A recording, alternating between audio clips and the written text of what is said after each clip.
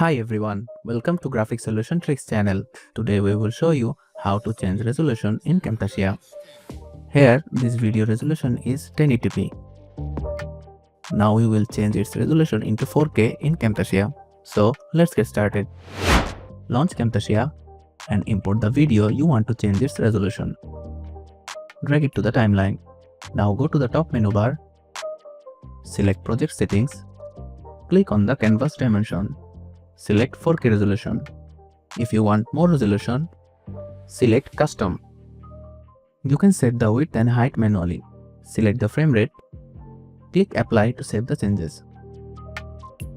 The video clip may now appear smaller or larger on the canvas. Use the handles on the video clip to resize and reposition it to fit the new canvas size. Then export the video.